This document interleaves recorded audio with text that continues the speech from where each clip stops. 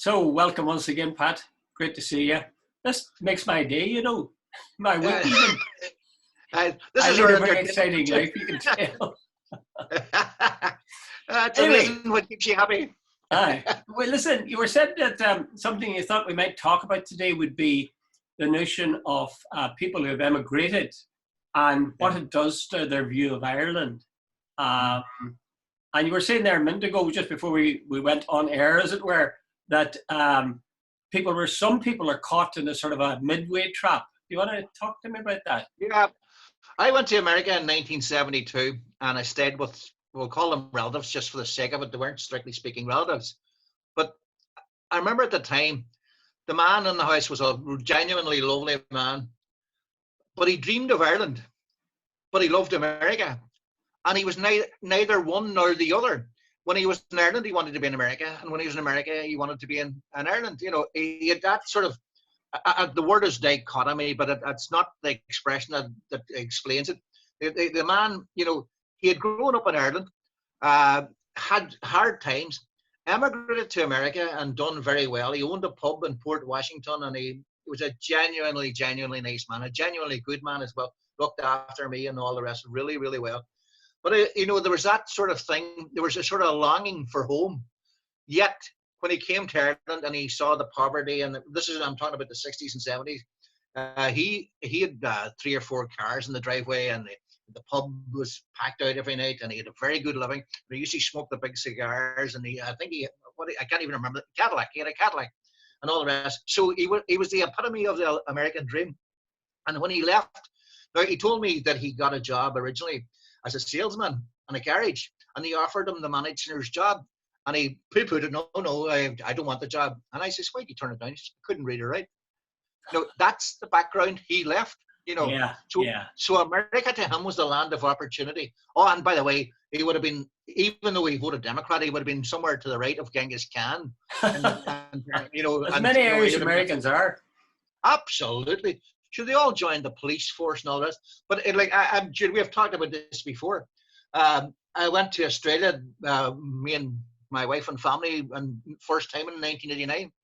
And anyway, one night I was sitting in Adelaide, and I got talking to this young fella I met, and I was chatting to his brother-in-law the other day. He's 46 years in Australia and has never, ever come back.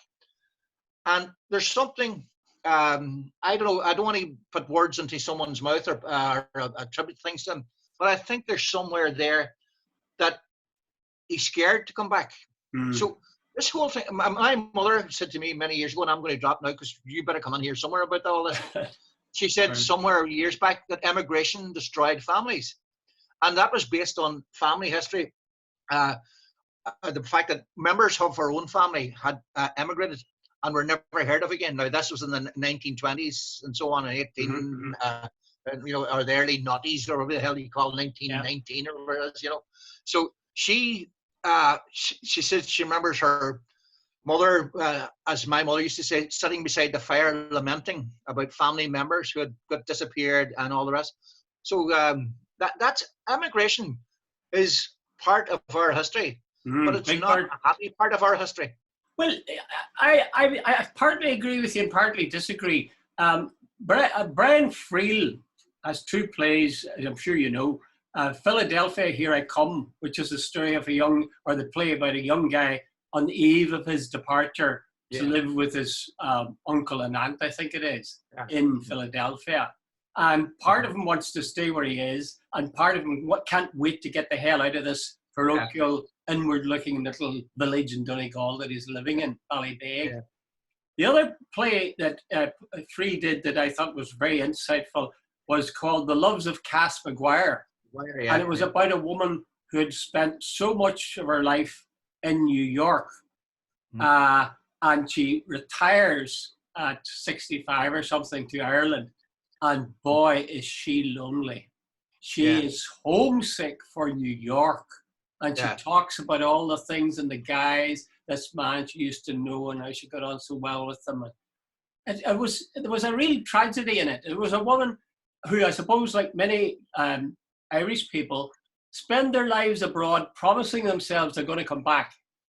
Yeah. usually saying sometimes they like to think they come back, they'll be able to retire in mid-age, like, in the 40s or 50s. But more often saying, well, I'll retire about 60 and then I'll come back. Yeah. And when they do, it's sometimes too late. I mean, I can think of a very good friend of mine who had exactly that experience. I worked with him in Canada, and both of us used to talk about coming back and so on. And anyway, eventually I came back. He stayed. He took early retirement at 55. He came back. He had a lovely house outside Dublin, but he couldn't stick it. Him and his wife couldn't stick it. Couldn't Yeah. stick living in Ireland. And there was a whole range of things. It's hard to say. They missed the food. They missed the openness. I mean, the physical openness of the city. They missed the really good weather in the summer. So the winter was another matter, of course, in Canada. The network of friends that they built up over a lifetime nearly. So, and the other thing was, of course, he was coming back to a Dublin that he'd been brought up in, which had gone 40 years earlier. He said he was thinking in terms of the 1950s Dublin, and here he was into the Celtic Tiger, So there's a terrible tragedy there. There's another book by a guy, I'm trying to remember what his name was, but he wrote it was called Transatlantic Blues. And it was about, I think I told you this, it was about a guy, sort of a David Frost figure. Remember David Frost used to do a show in Britain, and then he'd take Concorde over to New York and do another show there and come back. Well, this was this kind of figure. And the thing was, when the guy would be halfway across the Atlantic, he would start getting homesick for wherever he was leaving. If he was leaving London, he'd be getting homesick for it. If he was leaving New York, he'd be getting homesick for New York. Maybe as Saint who was it? Saint one of the saints said, "Our hearts are restless, Lord, and they will not rest until they rest in Thee." It's impossible to get it right, Here, I put this to you, Pat. I think if everybody could be dumped out of their country, especially Irish people, for 2 years and then get them back in safely without too many repercussions or complications, I think it'll do them and everybody the world of good. Absolutely. Jude, you just reminded me, when I was a young reporter, I worked with a man called Sean Kern. He had two brothers who were Columban missionaries. And one of them, Dennis, was a really great fellow to chat to. And I said, Dennis, tomorrow morning, if you were in charge of the Irish clergy, what would you do? He said, Pat, the first thing I would do would make sure every priest in Ireland was sent abroad. He said, be it Sydney, be it New York, be it Tokyo, be it anywhere. And he says, get them out of this country so that when they come back in, and he says, the thing about the Catholic Church in Ireland was, back then, of course, it was so insular. He said it was, he said, by and large, he says, when you hear a young priest in Dublin days asking how well off he's going to be and will he have a nice car and all the rest of it, he says, like, surely, he said, the idea of priesthood back then was we should be the servants of the people. But he says that message seems to have got lost. Well, I think if you apply it equally across you'll get people out, see the wider world, broaden their horizons, and let them bring back in, you'd hopefully the best of their experiences and learn. Because we are an island, Jude, and I think there are problems with that. What problems with what? We are an island. Oh, and we can be a bit insular. Oh, there's no doubt about it. The difficulty with that thing, my thing about send people away for 2 years, if you could, and have them come back, and then you'd bring all that experience. But it's complicated. You think you're going away for 1 year, or you're going away for 2 years, and even you do come back, things have happened to you. You've formed links with people there. And you're half looking over your shoulder to going back again, or people that are there, and you're making invidious comparisons between the way things are in Ireland as compared to the way they were there. It's very difficult. In Philadelphia, here I come, Friel says, and I'd love to know what you think of this, Pat. He has the private gar and the public gar, the young guy going off, his sort of inner voice. And he's talking to his school teacher, the old disillusioned school teacher he had. And the school teacher says, when you go to America, he says, be 100% American. Don't look back. Don't look back. None of this bloody shamrock stuff and St. Patrick's Day and paddywhackery. be 100% American. Forget about this bloody place. What do you think of that? Hey, I'll turn it to you. When you went to Canada, did you decide to become 100% Canadian, or did you say, "Wait a minute, I'm going to go down to the Irish club and I'm going to wear my shamrock and I'm going to do all this"? Or what? Well, Did I you tell become you a more funny thing. Canadian I'm since nearly ashamed to say this in ways, because when I went there, I would run into Irish guys. Well, I was with this guy from Dublin and his wife and my wife. So we sort of had our own ready-made company. But when I would meet guys who would be from Ireland, they would say, "Oh, you're from Ireland? Oh, we'll have to get together."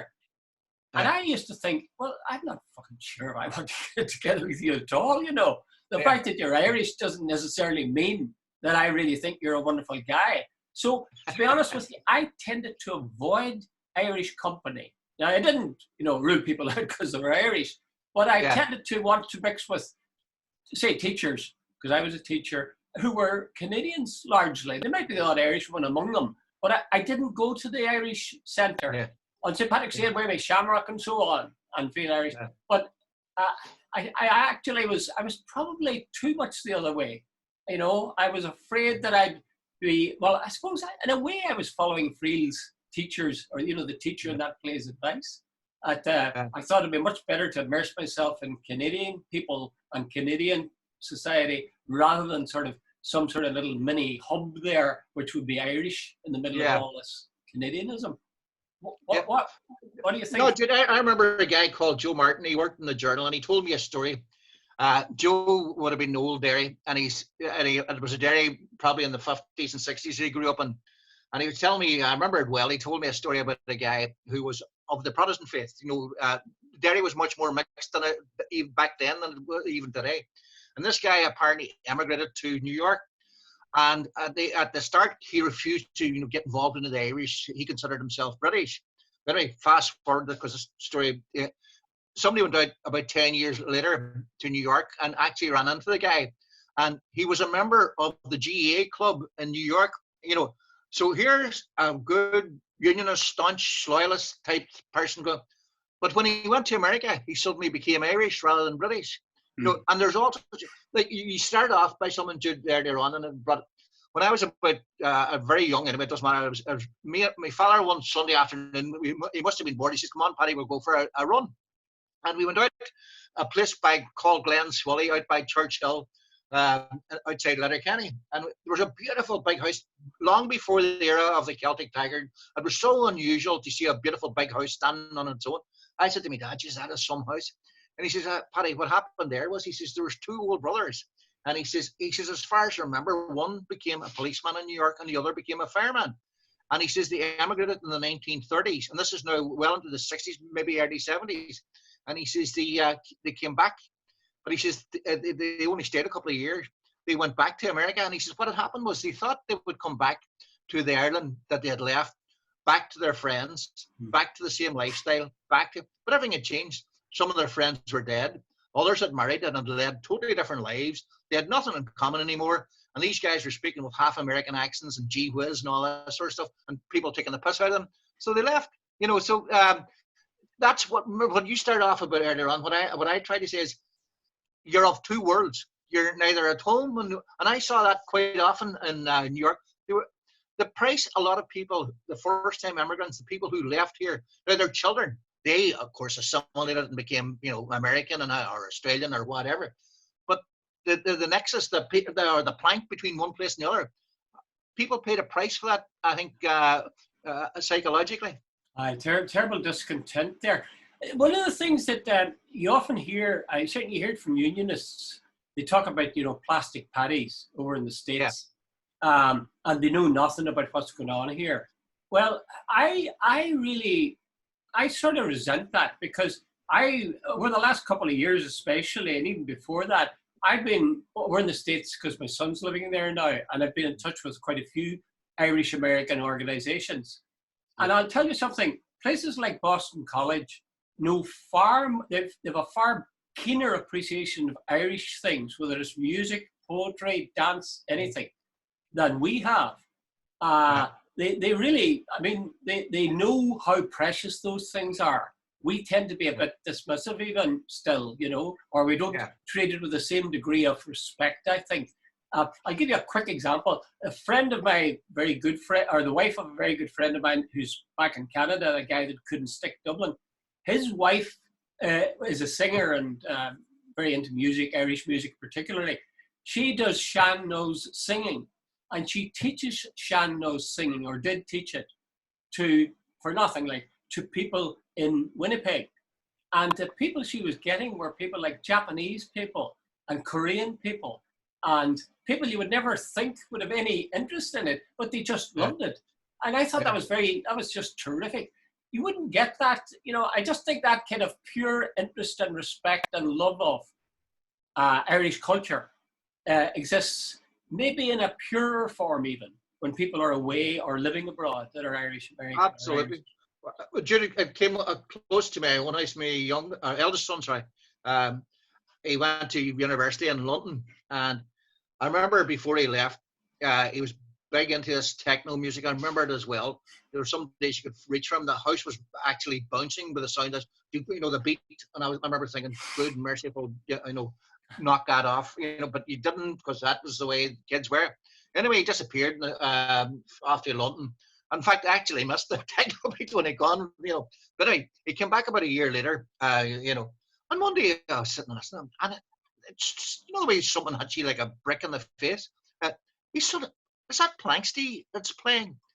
And but an hour later, must have been doing something. The next thing I heard was the Wolf Tones on. I would have I said, "Hey, you all right? Is there anything going on? You should tell me about it." And suddenly he had become Irish because he had to go abroad to get the perspective that what was important, and identity is important. So the whole idea of you know, I don't know how that ties in with your one about when you went to Canada, you didn't want to just, you know. And he also told a story one night, which we all laughed at. But it was actually he was sitting on his room in Strawberry Hill, and he was watching Michael Collins, and there was two girls. He says, "Can we watch this film with you?" He said, "Come on in." And they said, "Come on," and sat down. And halfway through it, you know, Michael Collins is very much an Irish film about. They started referring to, "Oh, look, those bastards," and they were referring to the English, their own people, as the bastards, you know. Yeah. So, I know, but anyway, he says that's the sort of thing, Jude. But you have lived abroad. I've only gone visiting. I spent 5 or 6 weeks in Australia on 2 occasions. But you lived in what, Canada, 11 years? Well, a bit less than that, but about 8 or 9. Yeah. People used to ask me, why did I come back? I remember being asked that when I came back for a job interview in 1979. Why did I want back? As they pointed out to me, I wasn't going to be earning as much money here as I was there.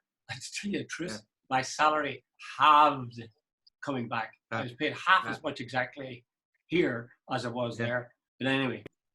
Did you have a better life, Jude, there than you had here? Well, I'm very glad I did it now. But for 2 years after I came back, I thought I made a terrible mistake. And I thought, I looked around, I thought if I had a way I could get back, I would take it. I would have jumped, in the morning, I would have jumped on a plane.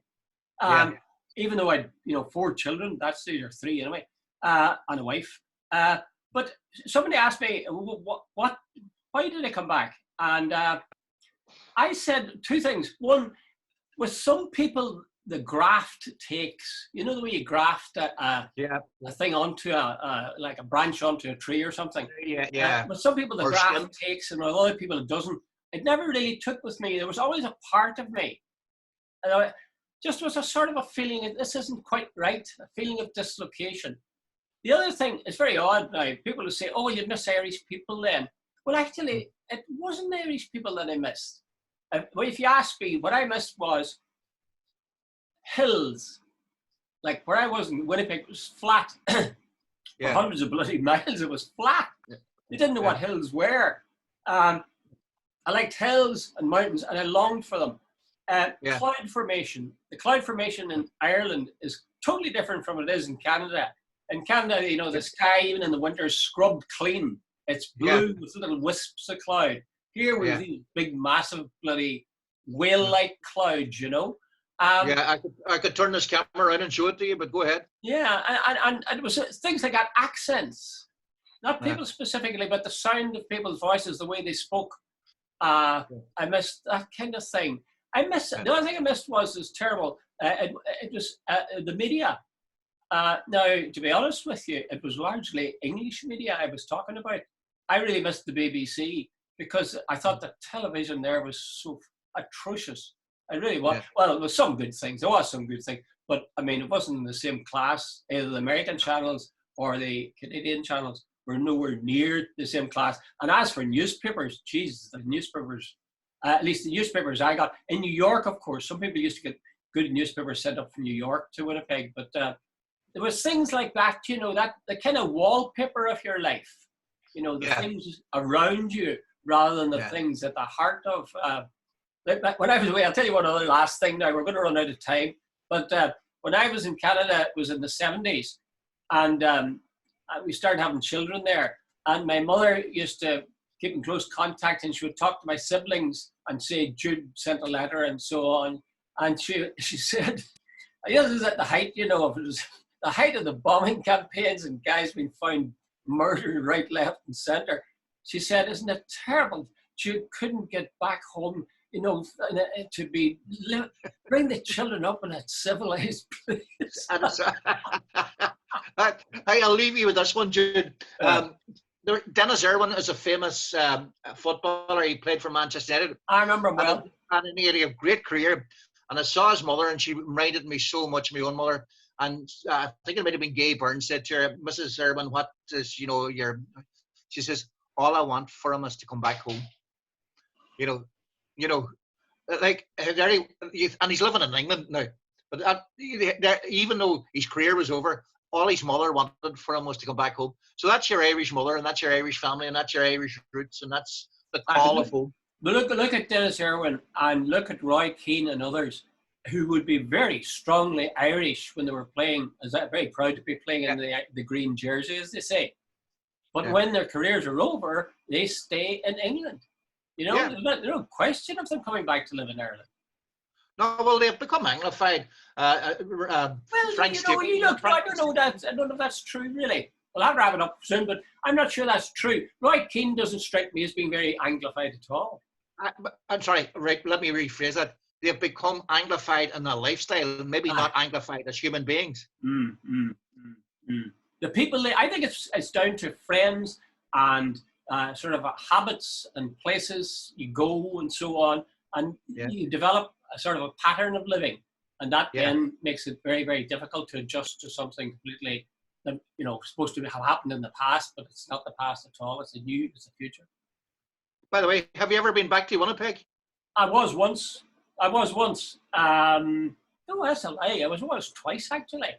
Once I was on a thing to the States, one of these junkets, you know, research junkets we periodically got. And I was somewhere in the States, and I made a point of flying back by way of Winnipeg. And I visited my friends there, especially an Irish guy and his wife. And then myself and Maureen went back one other time. But I was doing summer school in the States in Vancouver, and we came back by way of Winnipeg.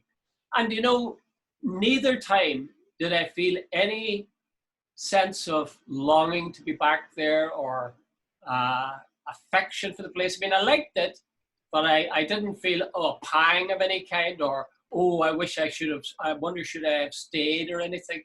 Didn't feel anything of that at all, which surprised me. There was no calling to come home. Huh? No, there was no calling. Well, maybe it was something calling me to come home. That wasn't even particularly that. I was interested in Winnipeg, and I was interested to see the places I'd been in, the school I taught in. But it was as an observer. I wasn't emotionally tied to it at all, you know. I just, it's very difficult to know what people mean when they say they're homesick, you know. What are they talking about? What are they missing? Is it their mammy? Or is it their families? Or is it, as I say, the cloud for me? Jude, I think it's it's the longing for the familiar, for the things that give us comfort.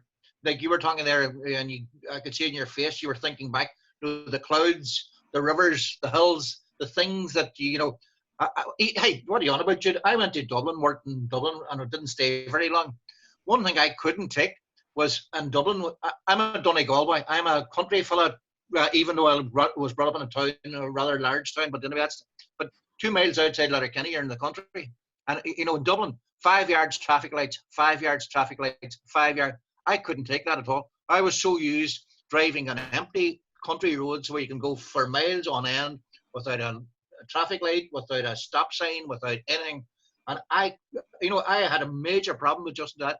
Even to this day, when we go to London, when Shane is married to me, eldest guy is married to me, went over to London a couple of times. After 2 or 3 days, I was actually starting to get claustrophobic. I want out of here. I have a sort of a soft spot for London. I kind of like it. Maybe it's again your memories of the place. Incidentally, we'll leave it at this. Is it true that at one stage Letterkenny was the only town in Donegal that had traffic lights? That is 100% true. In fact, Letterkenny tried to stay out. In fairness to Letterkenny, they tried for years not to, because they wanted the whole county not to have any traffic lights because it was good for tourism. The only county in Ireland where there's no traffic lights, or that might even have been true. Yeah, good point. But it got so ridiculous. Somebody double parked on the main street in Letterkenny and the whole town came to a halt.